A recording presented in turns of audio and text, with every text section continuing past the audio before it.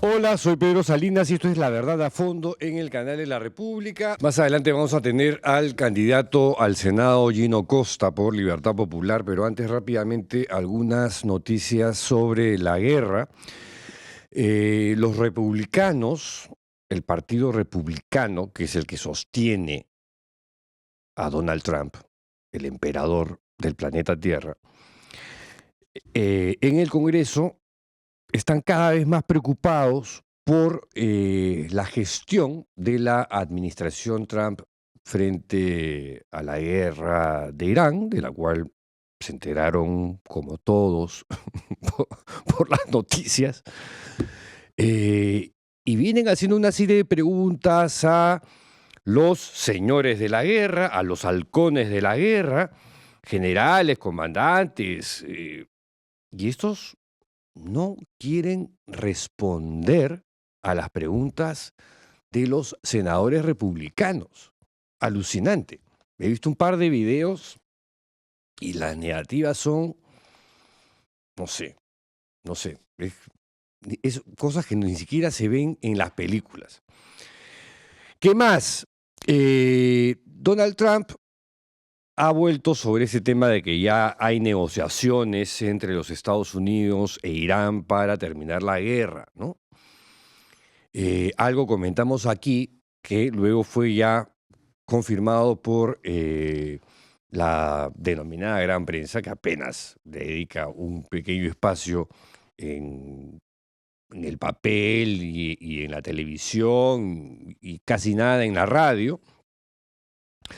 Donald Trump insiste en que ya comenzaron las negociaciones y que en estas negociaciones los iraníes son muy diferentes y extraños, porque nos están suplicando que lleguemos a un acuerdo. Algo que Irán no es que haya desmentido, ha negado que estén llegando a algún tipo de acuerdo. Ahora bien, el ministro de Exteriores de Pakistán ha asegurado hoy día que su país está actuando de intermediario en las conversaciones indirectas, ha subrayado, entre Estados Unidos e Irán, con la ayuda de dos países más, Turquía y Egipto, lo cual es una novedad en este segundo.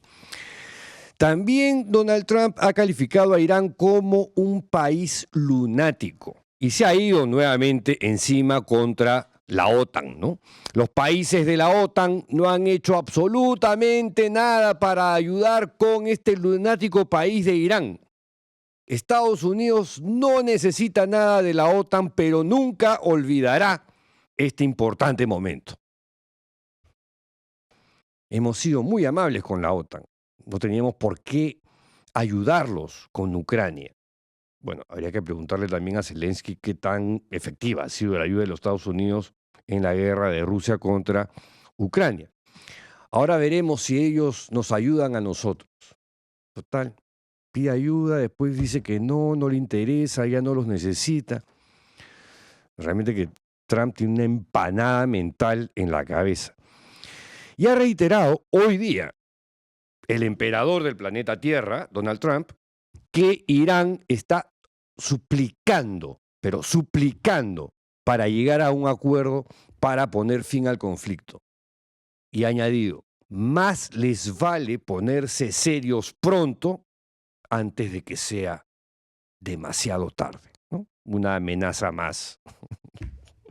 Una amenaza más. Y en otro mensaje, Trump, bueno, reitera este asunto de que no va a olvidar, ya sé, no va a olvidar que lo que han hecho los miembros de la OTAN, e Israel ha ha anunciado que ha retirado de su lista de objetivos, y este sí no es un dato menor, al ministro de Exteriores iraní, Abbas Araghchi, y al presidente del Parlamento iraní, Mohammad Bakr Kalibaf.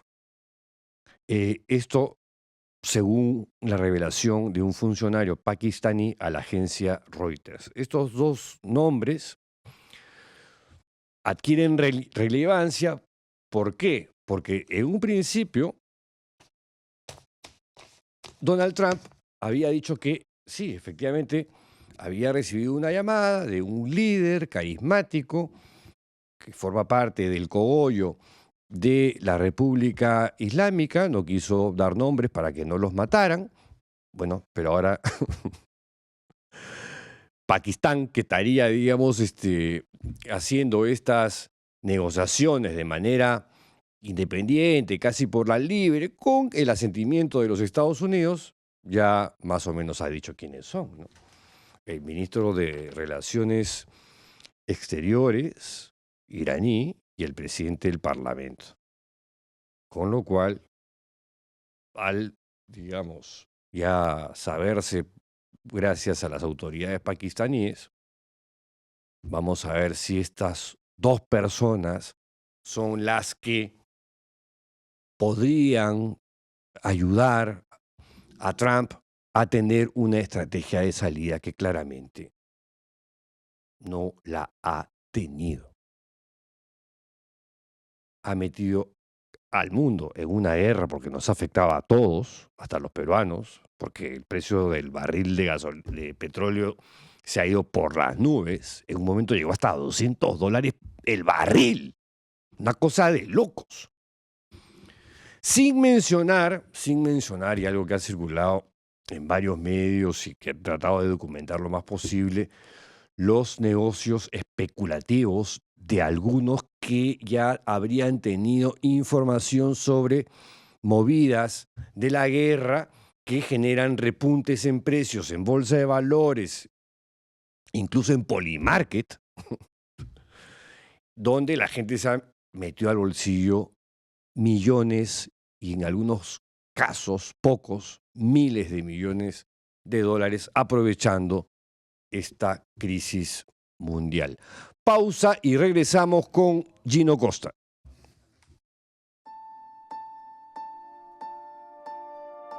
No hay neutralidad frente al abuso, ni objetividad ante el dolor, solo el deber de mirar sin pestañear, aunque duela, aunque tiemble la voz.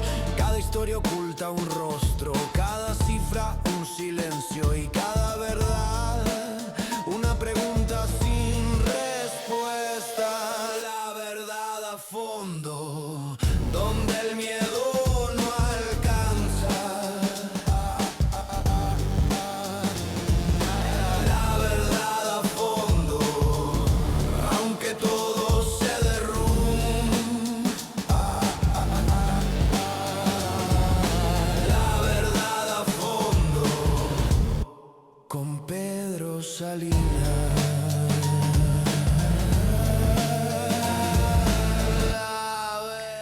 Gino Costa, candidato con el número 5 por Libertad Popular al Senado, está con nosotros el día de hoy. Gino, bienvenido.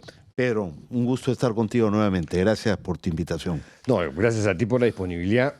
Encuesta de Ipsos, que no es encuesta, es simulacro de votación, segunda vez, y debates. Son los temas por los que me interesa conversar contigo.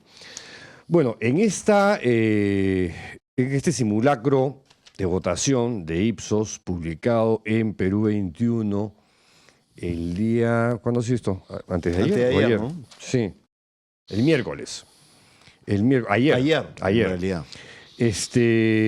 Keiko Fujimori y López Aliaga están en un empate en el primer lugar, ¿no? Un empate por, en realidad, una décima. O sea, con el margen de error. Con Keiko Fujimori subiendo lentamente y de manera sostenida, Sí. mientras que López Aliaga Está estancado. después de haber caído, ¿no? Sí, Estaba en pero 14, también una caída de 3 muy puntos pequeña, muy pequeña. llegó a 14. Como sea, es un empate técnico. Es un empate técnico. Los dos grupos de extrema derecha todavía mantienen este posicionamiento en el primer lugar. Pero en todo caso, lo que quería decir, si me permites la interrupción, es que la tendencia de Keiko Fujimori es al alza. Sí. Y López Aliaga, que encabezó durante un largo periodo, a gran distancia de los demás, la carrera, se ha pasmado, digamos. Cuando menos esté estancado. Sí. Frente a una tendencia, me refiero, ascendente, coinciden en este momento, pero las tendencias creo que son importantes pensando en quién de los dos está mejor posicionado para lo que resta de la competencia. De acuerdo, todavía faltan algunas semanitas Poquito más de 2 semanas, cortas, pero digamos intensas, cada día importantes, cuenta. Como me explicaba acá Urpi Torrado, o sea, una tendencia es cuando se va replicando, ¿no? Ese fenómeno encuesta tras encuesta, aunque sea por décimas, pero no es el caso de López Aliaga. López Aliaga tiene este movimiento, se para, ¿no? Keiko Fujimori efectivamente sí es una subida gradual a cuentagotas que no se ha detenido. Y ahorita, como el 2021, y ahorita acuérdate se han que- cruzado los dos, entonces cualquiera de los dos se puede decir que está punteando, o los dos. Luego viene un segundo grupo, que son el grupo 5, ¿no? Todos están en 5 punto algo, o en 7 punto algo, según como se quiera ver el simulacro, pero son los mismos. Alfonso López Chau, Roberto Sánchez, que se metió en una despuntada que ya se parece incluso a la de Castillo la última vez, y Carlos Álvarez, que yo sí creo que ese podría comenzar ya a bajar y a desdibujarse. Y luego viene el grupo de los 3 o 5 puntos que son Jorge Nieto y César Acuña. La cosa está así. Los demás ya están ahí entre que bajan, suben. Los otros, vamos a ver cómo les va en el debate. Han habido algunos que han tenido un rol importante pese a su inexistencia en las encuestas. ¿Cómo has visto tú, estas encuestas de acá? Y después vamos al Ese debate. segundo grupo, yo creo que nuevamente viendo las tendencias, no solo la foto del momento, tienes a Álvarez por lo menos estancado, con tendencia a la baja. Sí, yo también creo que es eso, estancado ahorita, pero yo creo que se va a caer. Probablemente Es mi porque pequeña esa es la opinión. tendencia. Sí. Y en el caso de Acuña me parece que algo parecido.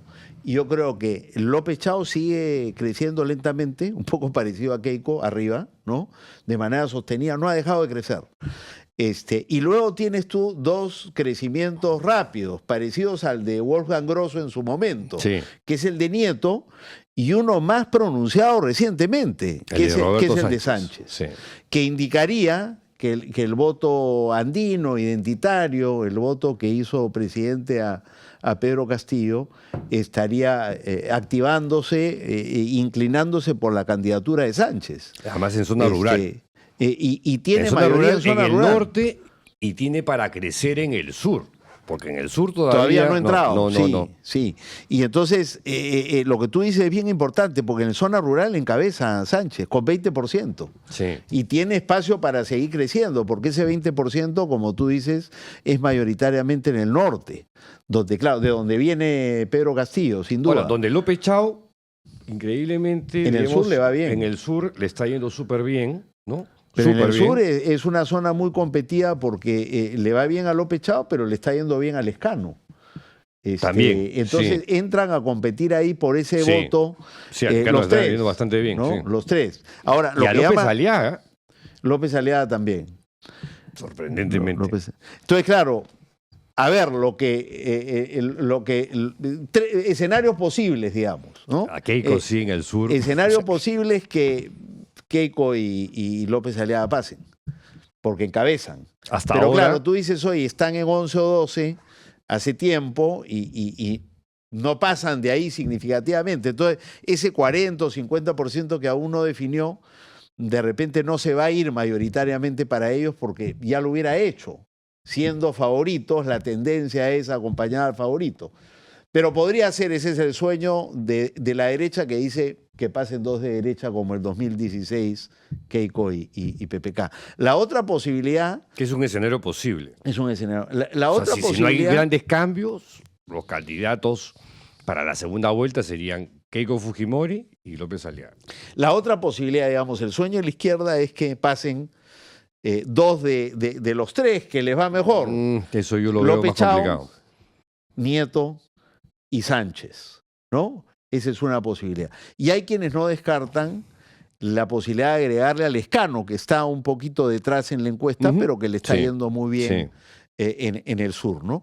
Y la tercera posibilidad es que, digamos, ocurra lo que ha pasado en la mayoría de elecciones de este siglo, que pasa uno de derecha y uno de izquierda, y ese es la segunda vuelta es esa, salvo el 2016.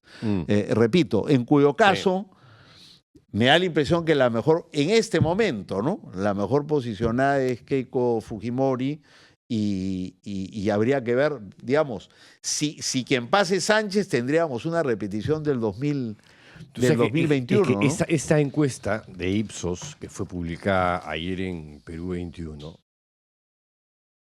te abre ese escenario Escenario de posible, repetir una final Keiko Fujimori con el nuevo Pedro Castillo, que sería este señor Roberto Sánchez, que lo único que dice que va a hacer es indultar a Pedro Castillo, convocar una asamblea constituyente y nada más.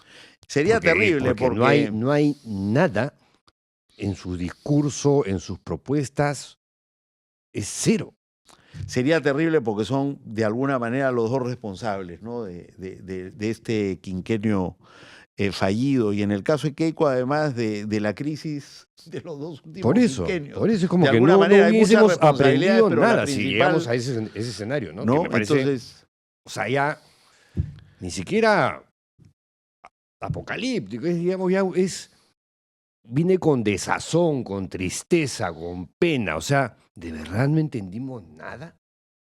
por eso esperemos, todavía hay mucho pan que rebanar, dos semanas y Sí, media. pero te digo que, o sea, Pueden- esta encuesta revela algo que tú dices, oye, y es el Perú, pues, o sea, puede ocurrir nuevamente, patear la misma piedra, volver al mismo escenario, regresar en el tiempo. Como esta película con Bill Murray, la del castor, esta que siempre estaba repitiendo, regresando al mismo momento, ¿no? Y bueno, digamos, eso es lo que hay. A 2 semanas y media no tenemos más información, pero lo que sabemos es que estas encuestas son de la carrera presidencial, no son definitivas. Yo espero que Sí, no, nuestro candidato se va a Rafael mover. Belaúnde, digamos, pueda dar una sorpresa a estas alturas. Ha demostrado solvencia y seriedad y conocimiento del Perú en su participación en el debate.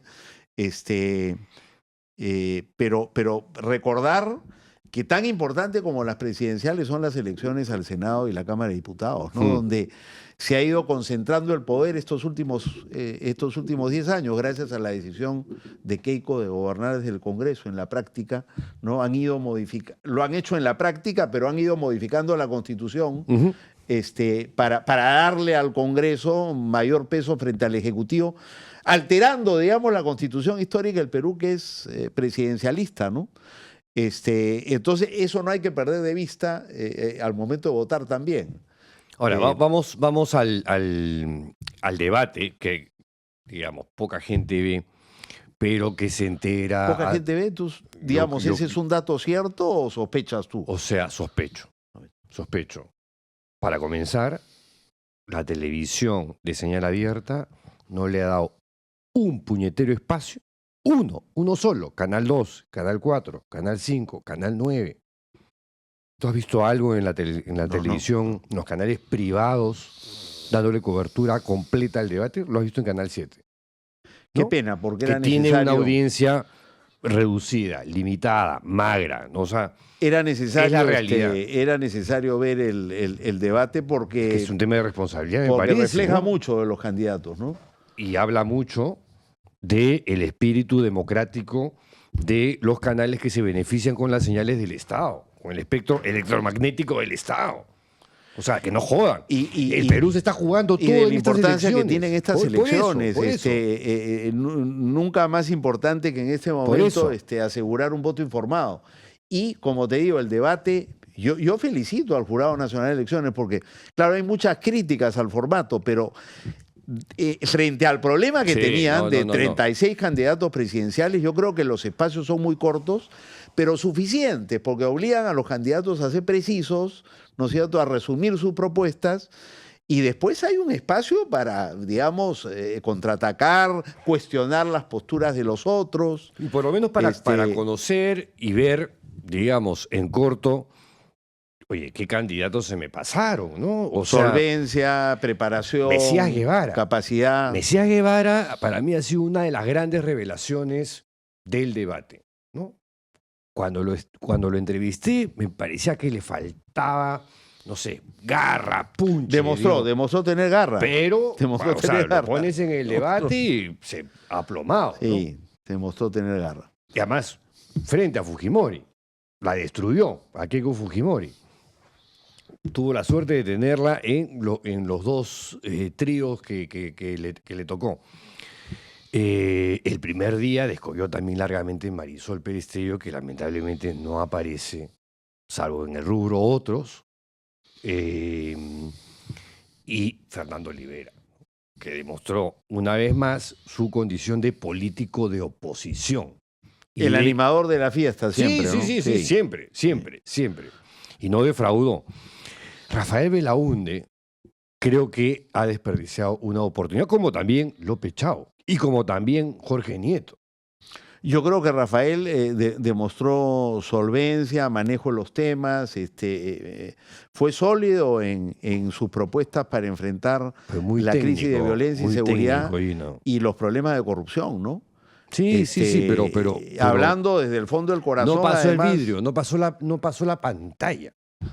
Y eso, en un debate, es algo que tienes que tratar de lograr. Y por más que lo haya intentado, yo creo que no lo logró. Entonces me da pena porque Libertad Popular sí tiene listas con buenos candidatos. Al Senado, en tu caso, está Pedro Cateriano, hay más. Diana Álvarez Calderón, Raúl Canelo. Y en diputados. ¿no? Y en diputados tienes a Nora Loreo, tienes a mi amiga Fernanda Sota, el chiquillo Diego Pomarea. O sea, tienes cuadros, pero que... Natalia Rodríguez. Nora, ¿no? Nuestra contemporánea, claro. Nora Loreo. Y pueden haber más. Pero lamentablemente, pues, o sea, si no tienes una locomotora que arrastre, esas listas podrían quedar en nada. ¿O tú crees que todavía el voto cruzado sí puede funcionar? Nosotros estamos peleando como equipo con Rafael Belaúnde a la cabeza hasta el final. Confiamos en su liderazgo, tenemos un equipo, tenemos un programa y estamos haciendo lo que corresponde, que es sudando la camiseta hasta el final. Y veremos lo que dice la gente. Y listo, más no se puede decir en este momento. Sí, es verdad.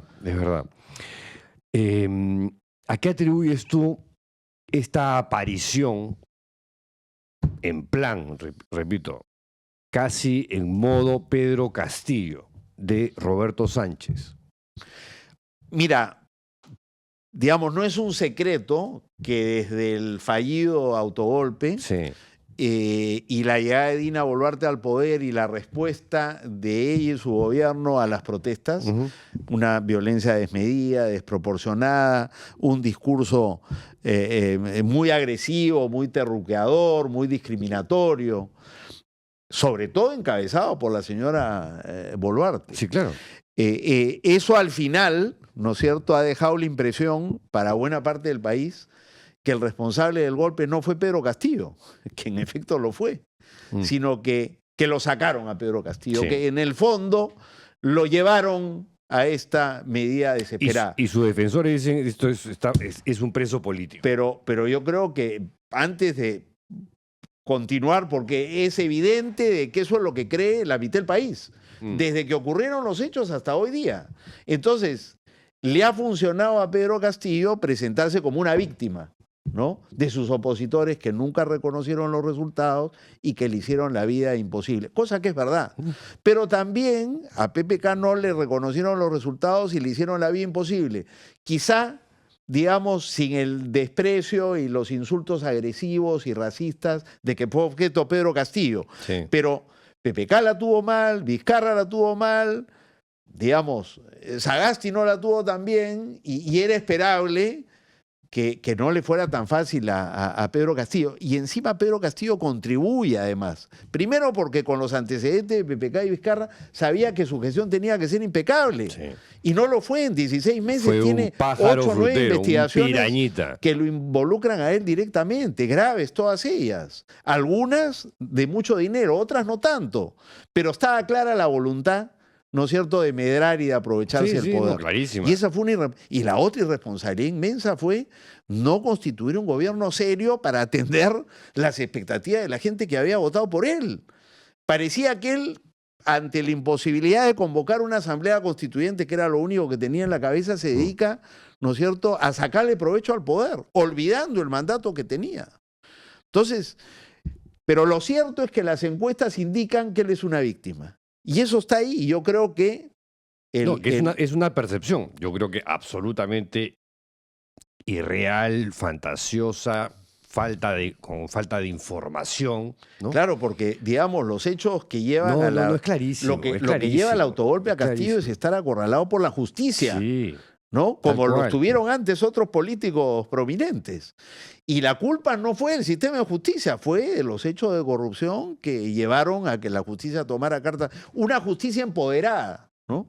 No, además es también que Patricia Benavides es la que impulsa esa investigación fiscal contra Pedro Castillo. Unifica los esfuerzos y los pone bajo una fiscal competente como Marita Barreto y un equipo policial adecuado, que era lo que correspondía. Sí. Porque los hechos eran graves. Lo que pasa es que lo que hay es un doble estándar, porque una vez que cae Castillo, lo que hacen es desmantelar ese aparato. A Marita Barreto la sacan, al equipo policial lo sacan, pasan a retiro a sus oficiales y empieza la toma, ¿no es cierto?, y el copamiento del sistema de justicia para cubrirse las espaldas. Que ahora es total. ¿No? O sea, salvo el Poder Judicial y el Ministerio Público está... oleado y sacramentado en la toma. Le sirvió la justicia para deshacerse de Pedro Castillo y después acabaron con esas herramientas y lo que han hecho es consolidar a gente como Patricia Benavides y los cuellos blancos del corto, a quienes los han traído de regreso a la fiscalía. Y hoy día manejan la fiscalía y les garantizan impunidad absoluta. Increíble, sí. A quienes gobiernan. Es un asco más, ¿no? Y yo te diría que, digamos, yendo al debate, donde hemos discutido crimen organizado y corrupción, lo que brilla por su ausencia en el debate y en las propuestas y en las reflexiones de los candidatos es mención alguna a la manera como está tomado el sistema de justicia al servicio del pacto mafioso al que se referían muchos de ellos. Pero no perciben el rol central que tiene la captura de la Fiscalía, del Tribunal, de la Junta Nacional de Justicia y la amenaza que pende sobre el Poder Judicial. No, además... Y que es, digamos, imprescindible para derrotar el pacto, desmantelar esa captura.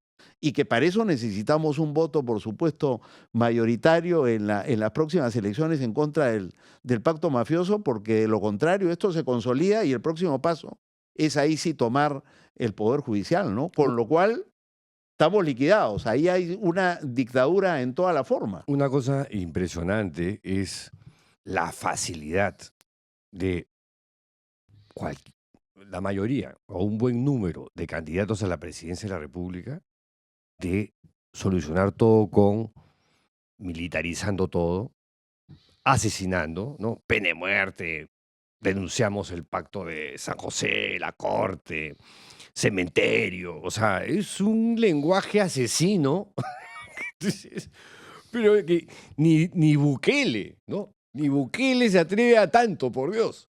Útil, digamos, para un proceso electoral donde la gente está tan indignada, tan dolida, tan atemorizada, ¿no? Sí. Es el típico recurso a lo emocional. Y que es demagógico, además, porque son cosas inaplicables. Son herramientas que no funcionan. No y las que funcionan se han encargado de desmantelarlas. El marco normativo que permitía enfrentar el crimen lo han desmantelado.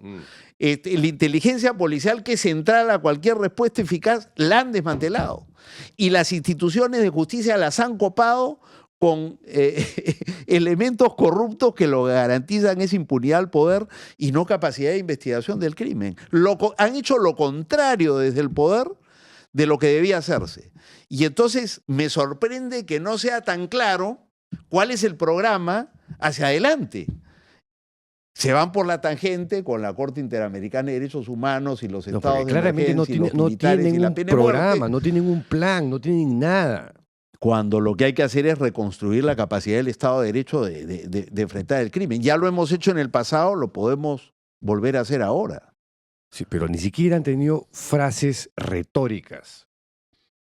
El grueso de los grupos que se han A presentado mí me en el parece debate. que Rafael Belaúnde estuvo muy claro en defender la importancia de reconstruir la inteligencia, el trabajo de un subsistema que funciona integrado por la policía, la fiscalía, el Poder Judicial para combatir el crimen organizado, y la necesidad de darle a la policía recompuesta y depurada las herramientas tecnológicas y logísticas necesarias para que con la fiscalía hagan esa tarea de desmantelar a las organizaciones de extorsionadores.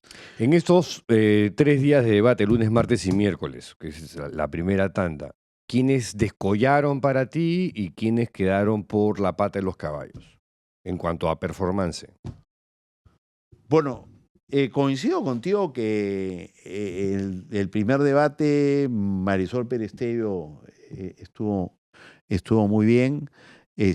Coincido también en la actuación de Mencía Guevara Olivera. de ayer. Olivera siempre dando, digamos, dando espectáculo, ¿no? Y poniendo el dedo, bueno, ¿ah? poniendo el dedo donde hay que ponerlo, ¿no? Con mucho coraje. Ahora, ¿qué te parece la mucha reacción valentía. de César Acuña, ¿no? Que no solamente ha respondido como un picón, no, ha respondido como un bravucón, como un matón de mafia, ¿no? En plan mafia. No pudo responderle, ¿no? No pudo responderle ahí. Pero ahora, ha recurrido al Poder Judicial. Hoy día ya se formalizó la querella oficial contra Fernando Olivera por difamación. O sea, ¿para eso vas a un debate? ¿Para amedrentar a tus opositores? O sea, te quejas ante la mesa, pues, ¿no? Oiga, señor, esto que está diciendo fulano no es exacto esa foto que está diciendo ahí, o te defiendes, ¿no? O sea, ¿para qué vas al debate? ¿Para después instrumentalizarlo e irte contra Fernando Olivera? O sea, ¿qué es lo que está haciendo César Acuña? Mira, no, Te están llamando. esto estoy tratando de cortarlo. Pero... Gorriti, para decirte qué cosa es lo que tienes que decir. Digitando, ¿no? Hasta las entrevistas. Sí, no, responde tal cosa. No, yo creo que reacciona mal él. Me llamó la atención que tampoco tuvo capacidad de reacción Grosso ante el mismo Sí, no, yo creo que ya Fernando ese pata ya fue, ¿no? Olivera. Y creo que Keiko no tuvo reacción ni contra Mencía Guevara ni contra Jorge Nieto, ¿no? Porque Jorge Nieto, yo creo que fue muy claro en decir que el problema era fundamentalmente de naturaleza política, ¿no? O sea, si nosotros no renovamos la estructura política que hoy nos gobierna, es imposible que recuperemos la seguridad, la justicia y la democracia, porque el proyecto del pacto mafioso es un proyecto que quiere someter a la justicia, acabar con los controles democráticos, sacarnos de la corte, y sacrificando, curiosamente, la seguridad. O sea, es un proyecto autoritario por lo mafioso, pero curiosamente los proyectos autoritarios suelen tener un componente de seguridad. O sea, Bukele y Fujimori, por ponerte dos ejemplos, son los clásicos. Responden a un desafío de seguridad. Pero en el caso peruano, el pacto mafioso es un pacto que nos desarma frente al crimen en lugar de fortalecer nuestras capacidades. En medio del boom de la cocaína, en medio del boom del oro ilegal, el boom de las extorsiones y la violencia homicida que esta genera. No, más trata, tala. O sea, y la lista es larga, ¿no? Y claro, lo que explica eso es que también estamos en medio de un boom de la corrupción en el poder. Mm. Y es esa corrupción en el poder la que lo que quiere es debilitar la capacidad del Estado de perseguir el crimen y no fortalecerla, ¿no? Es un fenómeno inusual, ¿ah? Sí. Inusual en América Latina y el mundo. ¿Qué otro país ha pasado por un fenómeno similar donde desde el poder se legisla para debilitar las capacidades de responder o no? Porque la gente del pacto podrá decir que exageramos los opositores, pero si tú analizas las leyes pro crimen, es evidente que no las han pedido. Nito fue bastante Los claro. operadores del sistema de justicia no las han pedido. Cuando les han pedido opinión han dicho que no están de acuerdo, que no ayudan. El desmantelamiento de la inteligencia, de la DIVIAC, que era lo poco que teníamos, claramente en contra de lo que necesitamos. Y el regreso de operadores del sistema de justicia comprometidos con la corrupción es la peor señal del mundo. Entonces, ¿cómo has visto tú en una situación tan difícil como la que tenemos en términos de seguridad una respuesta no solo pobre? Porque una cosa es responder mal, equivocarte, deliberadamente perjudicial a la tarea de perseguir el crimen. Y yo creo que eso le está pasando la cuenta al pacto mafioso, y eso se va a reflejar en estas elecciones. Espero, ¿no? Ahora, si el gran beneficiario de esto va a ser Pedro Castillo, me parecería la mayor injusticia del mundo, ¿no?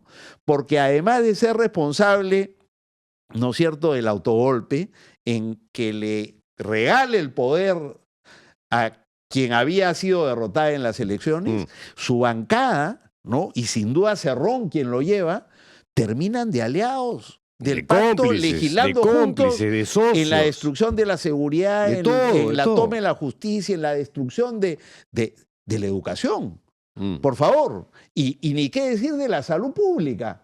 Entre Cerrón y Acuña, en estos últimos años, han devastado la salud pública. Es un botín. No ha habido un solo ministro decente y capaz. Han liquidado. Entonces, el juicio es muy malo para unos y para otros. Por eso yo digo que la mesa está servida para quienes no integran el pacto y son alternativa al pacto desde una posición que no compromete políticamente a los dos extremos que han dirigido el país en estos 5 años, ¿no? Dame un segundo para hacer de mendicante, que es lo que me corresponde. Tengo que mendigar likes, ¿no? A los que nos están viendo. Tengo que mendigar. Eres admirado y querido por favor, pongan tu sus gente. likes. Tengo que hacer esas cosas. Pongan sus likes, compartan el programa, porque esa es nuestra manera de subsistir. No pedimos yape ni cómo se llaman estas cosas que super no sé qué. No, super chat. No, pedimos likes y que compartan para que este tipo de espacios se mantengan. Son imprescindibles. Si gana Fujimori o Roberto Sánchez, espacios de oposición se van a requerir a gritos.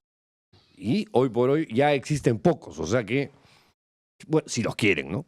Likes, compartan el programa y sus preguntas, comentarios para trasladarlas a Gino Costa, que va con el número 5 al Senado en la lista de Libertad Popular.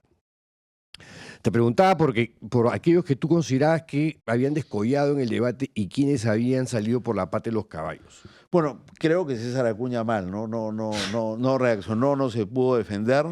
Me alucina que alguien como de ese perfil sea candidato a la presidencia de la República y esté, o sea, tercero en las encuestas. Bueno, Keiko tampoco, ¿no? Bueno, y López Aliaga, Keiko tampoco. O sea, y López Aliaga, además, López Aliaga, Roberto Sánchez, ya está tercero, Carlos Álvarez, Acuña, Luna Gálvez, bueno, ese ya está 1.8, ¿no? Uroso ya, por suerte, se está cayendo. Atencio, que tampoco, no sé, de una izquierda radical totalmente, pues, anacrónica, ¿no? ¿Qué es mi percepción sobre Roberto Sánchez? Absolutamente. Pero ahí está. Que fue salvado de ser procesado, ¿no? y dar la cara frente a la justicia por este Congreso mafioso, de mayoría mafiosa. Totalmente de acuerdo. O sea, pretende aparecer él como ajeno al pacto de sí, gobernanza. claro, claro. Y no claro. lo es. No lo es por las razones que no ya lo decíamos. es, no lo Hay que es. ver los votos de la bancada magisterial y los votos Donde del está sector él. de la izquierda donde está él, ¿no? Entonces, ahora, López Aliaga, le preguntaron el día que Tomás Aladino Gálvez era elegido por 3 años fiscal de la Nación con todas las de la ley. Un día de Sí. duelo para el Sí, sistema de sí, justicia, sí, lo he sí, dicho sí, yo. Sí. Y no respondió. Nadie se pronunció sobre el tema, pero a él le preguntaron específicamente su opinión. ¿Y sabes lo que dijo? No, él dijo, yo soy respetuoso de la separación de poderes. Sí, y cree sí. que somos tontos. Y la comisión Muñante, que sentó en el banquillo de los acusados a Pablo Sánchez, a Zoraida, a José Domingo Pérez, Rafael Vela, Silvana Carrión, por haber firmado acuerdo de colaboración eficaz con Odebrecht. O sea, si Toledo está sentenciado, y Ollantaytamala está sentenciado, y los apristas que colaboraron en el Metro de Lima con Alan García están sentenciados, y Vizcarra está sentenciado, y vienen atrás Villarán y PPK y varios gobernadores regionales, y gracias al acuerdo de colaboración eficaz. Y a esos jueces y fiscales que han sido sentados, los sentó el señor López Aliaga. A través de Muñante. Tal y cual. además fue él en el momento decisivo de la captura del Ministerio Público que él interpone 4 denuncias constitucionales contra Pablo Sánchez, contra Adel Espinosa, contra Villena y contra Zoraida Ábalos. Y les abre, los arrincona, algunos se asustan, ¿no? Otros terminan siendo echados. Delia Espinosa, Pablo Sánchez no es ratificado, los otros se quedan asustados y en minoría. Y eso facilita la captura del Ministerio Público por los cuellos y habla de respeto a la separación de poderes. No, es un conchudo. Es un conchudo, un cínico absoluto, ¿no? Absoluto. A ver, tenemos comentarios y preguntas para Gino Costa. ¿Qué opina sobre que Tomás Aladino Gálvez desactivó el equipo Lavajato? Bueno, es el gravísimo. equipo Lavajato y el EFICOP y Cuellos Blancos y la investigación sobre el la Eficaví, masacre. las masacres. Sí, y el asesinato de 50 la peruanos. investigación de las niñas Aguajún en Amazonas. Además. No, eso es un crimen. Eso es un crimen porque tú estás, de alguna manera, yo no sé si configura un tipo penal, pero en la práctica tú estás no solo debilitando, sino destruyendo las capacidades institucionales para llegar a buen fin investigaciones que digamos, pero sí configura un conflictazo de interés. Inevitablemente van a juicio oral. Sí denota un conflictazo de interés que tú, teniendo el poder, desactivas un equipo investigativo que te investiga a ti. O sea... por supuesto, en el caso de Cuellos Blancos, exacto, ese es el caso. Exacto. Pero en el caso de Lavajato, ahí, oye, me dice, tú defiendes a los fiscales. Es que limítate pues a los resultados. Mira, te los acabo de decir. Y lo que se viene y la cantidad de investigaciones que hay más de 30 acusaciones fiscales, todas van a terminar en juicio oral. Y todo esto se ha hecho simultáneamente con las precariedades institucionales del Ministerio Público.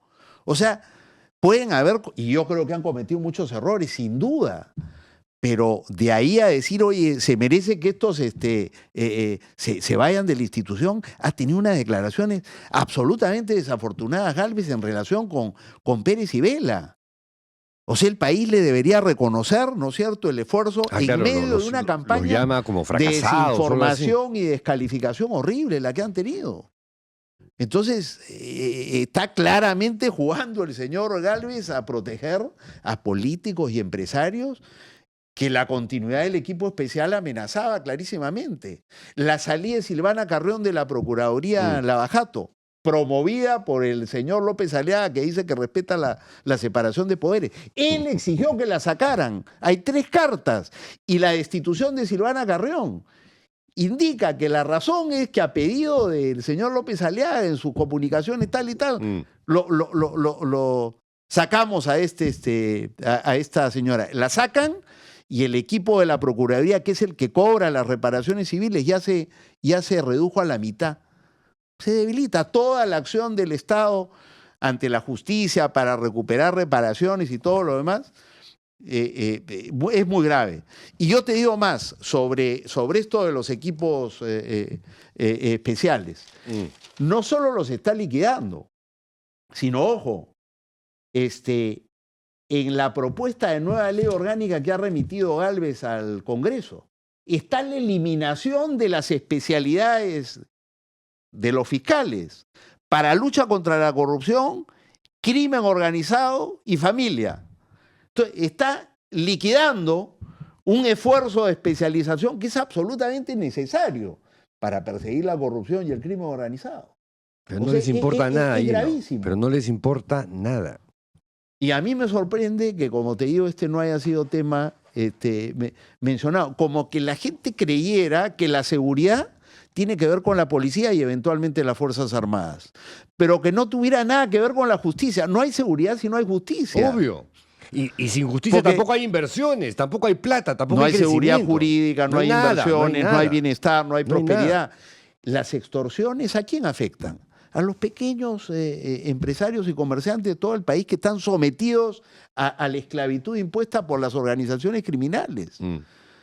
O sea, la responsabilidad del pacto gobernante de haber desmantelado las capacidades del Estado para perseguir ese fenómeno son gravísimas.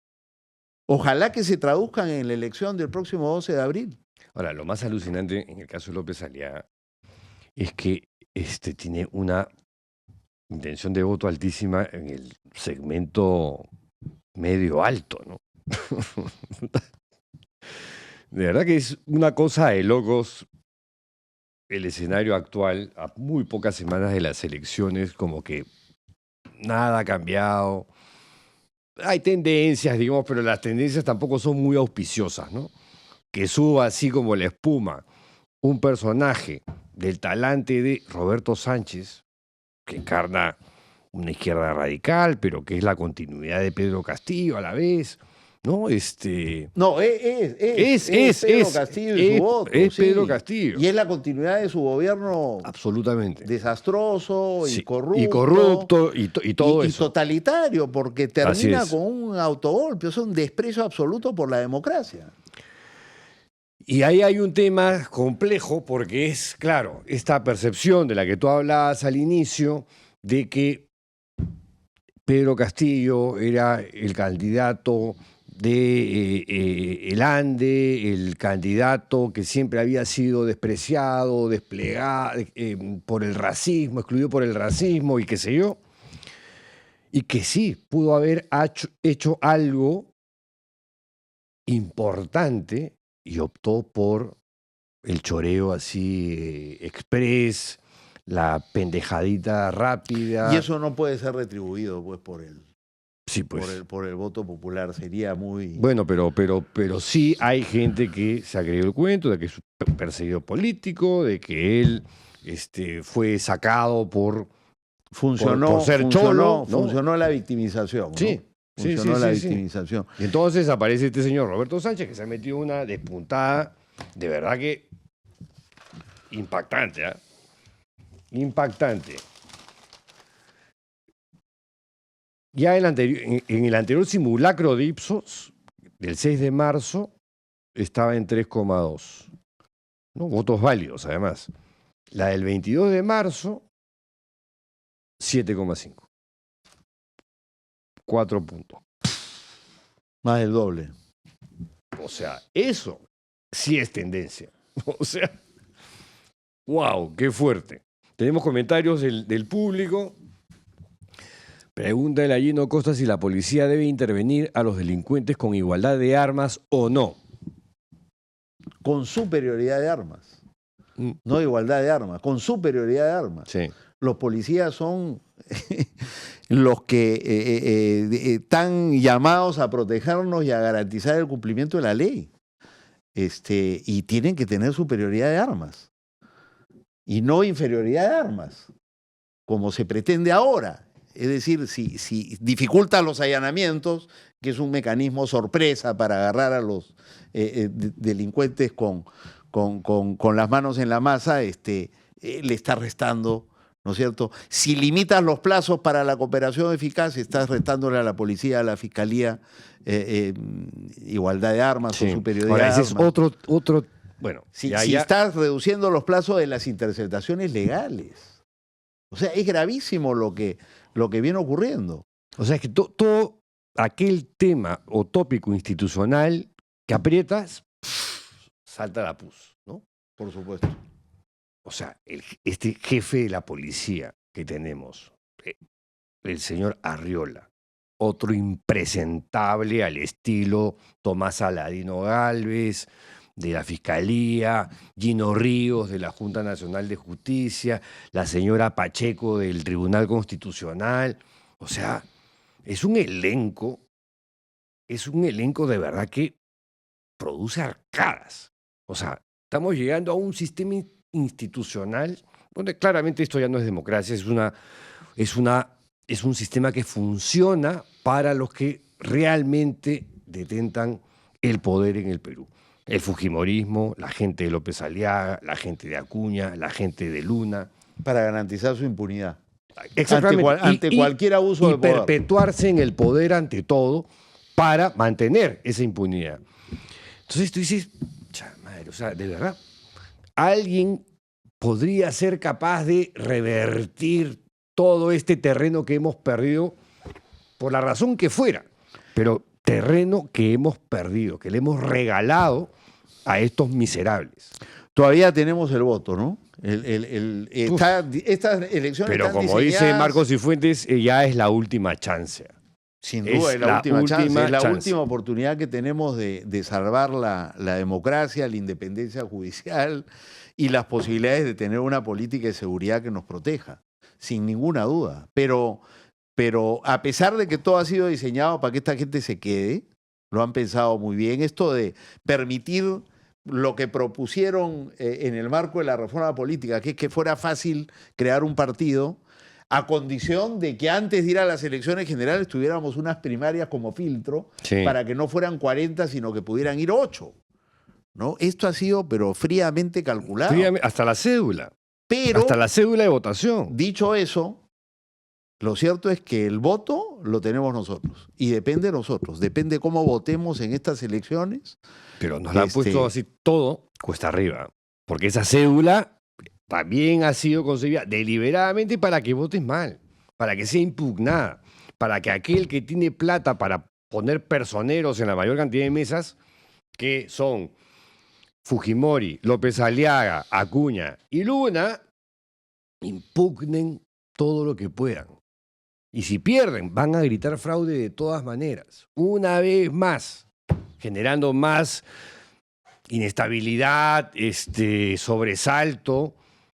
Y yo no descarto que en algún momento un estallido civil, si siguen así las cosas.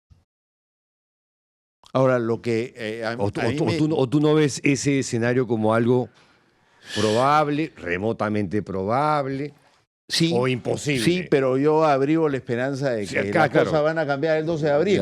Ya. Porque yo soy político y tú eres periodista. Sí. Y tú haces tu trabajo y yo hago el mío. No es que sea iluso, pero es decir, si no actúas con esperanza y con fe en el país y en tu gente, mejor te quedas en la casa.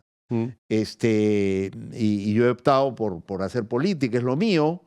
Y creo que la crisis es muy profunda, la impopularidad de quienes están en el poder es muy grande y entonces hay una oportunidad tremenda para cambiar las cosas. Es verdad que también la oposición tiene una dosis importante de responsabilidad, porque no se la hacemos fácil. Sí. No se la hacemos fácil a la ciudadanía, ¿no? Al presentarnos de manera tan fragmentada, ¿no? A eso iba, exactamente a eso iba. Y es que una de las cosas más positivas de esta elección es que ha exhibido, claro, no en un solo grupo, pero sí transversalmente en los grupos más principistas, más democráticos, a gente de la valía como tú, en el caso de Libertad Popular, en la gente de López Chao, en la lista de Jorge Nieto, en la lista de Mesías Guevara del Partido Morado, en el grupo de Marisol Perestello, Johnny Lescano y por ahí Fernando Olivera, y por ahí me estoy olvidando de 2 o 3, ¿no? Yo solamente espero que, si se da el peor escenario, que gane uno de los dos representantes, el peor escenario es que lleguen los dos representantes de la extrema derecha antidemocrática, Fujimori y López Aliaga, o uno de los dos y este señor Roberto Sánchez. Son los dos escenarios apocalípticos para mí. Que esa oposición que hemos visto resucitar porque no existía, lamentablemente, permanezca. ¿De qué forma? No lo sé, pero que ojalá permanezca y que en esta oportunidad sí puedan formar algo, no sé qué, y se arme una coalición democrática que no existe en este segundo. Lamentablemente, pues, el sistema de doble vuelta es un incentivo para que todos intenten su suerte en la primera vuelta. Aquí ¿no? ya la suerte está echada. O sea, que pase lo que tenga que pasar. Hay la posibilidad de que el proceso electoral permita que emerjan esos liderazgos alternativos. Yo estoy pensando en el ex post. Y ojalá que no sean los liderazgos pues fracasados, sino sean liderazgos con posibilidades de reconducir el país, rescatarlo del desastre en el que estamos, institucional, político y moral, ¿no? Y yo sí creo que eso todavía es posible. Pero cualquiera que sea el resultado, el desafío por delante es gestar niveles de unidad mayores de los que hemos logrado, ¿no? Porque también es muy difícil participar en una elección con grupos que no llegan a tener la escala suficiente, ¿no?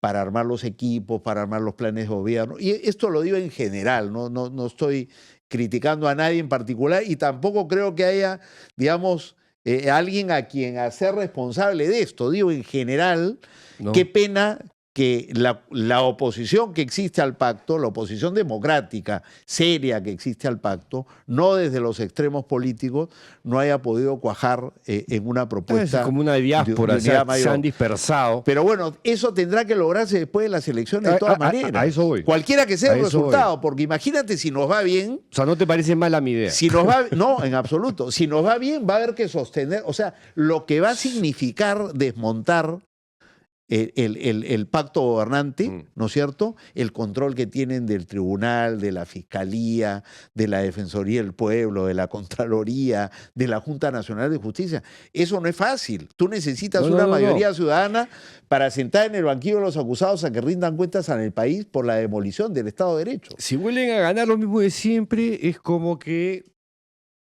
darle espacio para que la estrella de la muerte haga de las suyas, ¿no?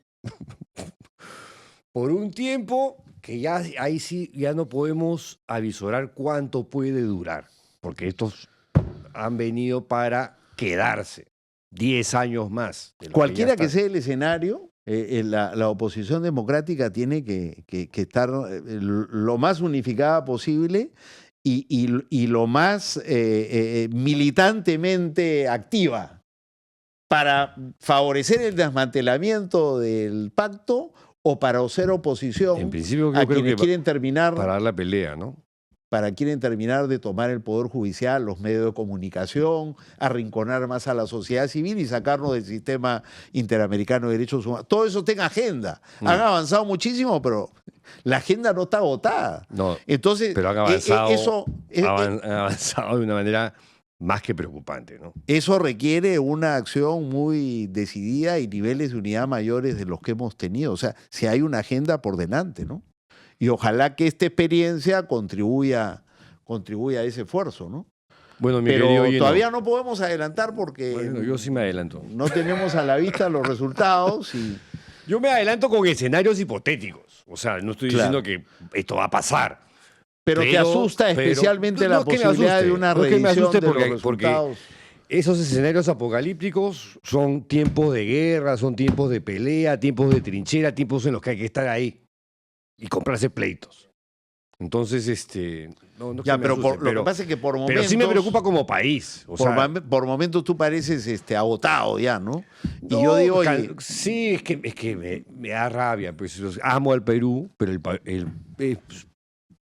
es un país que amo, pero a la vez hay momentitos en los que me da rabia. no, hace sufrir, no, hace sufrir. Hace sufrir. Duele, Duele.